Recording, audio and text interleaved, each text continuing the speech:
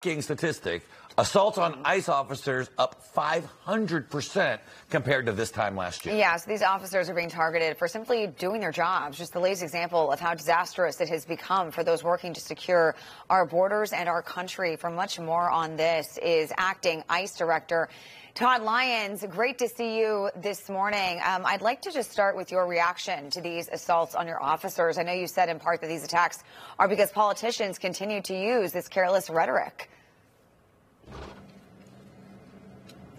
Hey, yeah, good morning. Thanks for having me.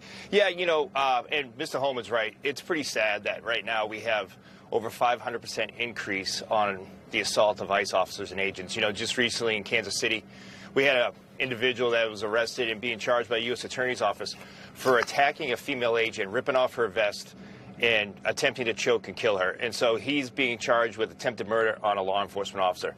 And, in my time within federal law enforcement, I've never seen such an increase in the fact that we have civilians openly being hostile to ICE officers and agents as they try to make an arrest. This increase in violence on ICE officers is unprecedented, and unfortunately it's coming at a time when, like you said, we do have a lot of political rhetoric that's aimed towards the men and women of law enforcement that are just trying to go out there and do their job that they're sworn to do. Yeah, to your point, Director, Minnesota Governor Tim Walz, the former vice presidential nominee of the Democrat Party, compared federal immigration agents to Hitler's secret police. Where does the fear-mongering stop?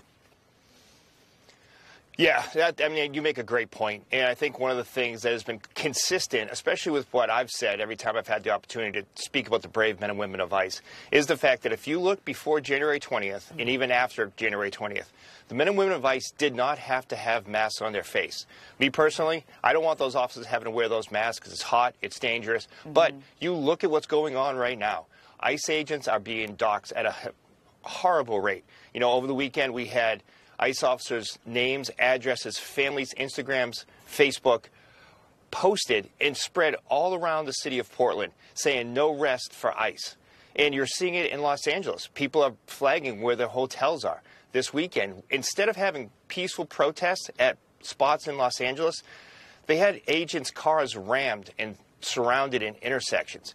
There has to be a point where we can work with elected officials to come up with ways to ensure that ICE is able to do their mission safely, and the men and women of ICE do not have to worry about political rhetoric or outside agitators affecting their jobs, families, their safety, things like that.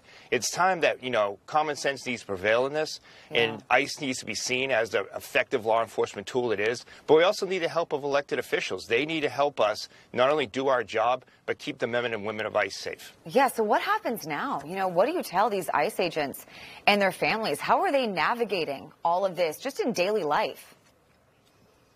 Yeah, that's something that's really hard, because for me as the leader of these men and women that go out there and put their lives on the line every day, it's very hard for me to go out there and tell them what the mission's going to be when the mission of the agitators is to disrupt our day-to-day operations. Yeah. I can say one thing, though, under the leadership of Secretary Noem and under this presidency, the men and women are excited. Their morale is high compared to what you see on the screen now, what they have to face, because they know they're actually allowed to do the mission that they're supposed to do and that they signed up to do, right?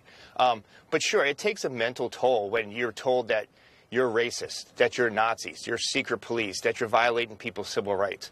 When in reality, if a lot of these people, a lot of these politicians looked at exactly these hardened criminals that ICE is arresting, the ones that we're taking out of communities, I think it would put it in a whole different light. But instead, so many other agencies, other news outlets, politicians are focused on the fact that we're ripping up families apart, that we're hiding our identities, or that we are not doing our true law enforcement mission. It's extremely hard for the men and women of ICE. Yeah, exactly.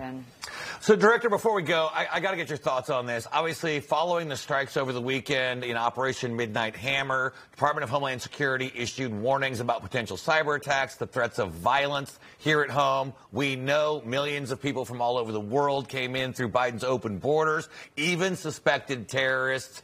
Do we have any idea about the level of threat that is posed here by folks who might be foreign or pro-Iranian actors?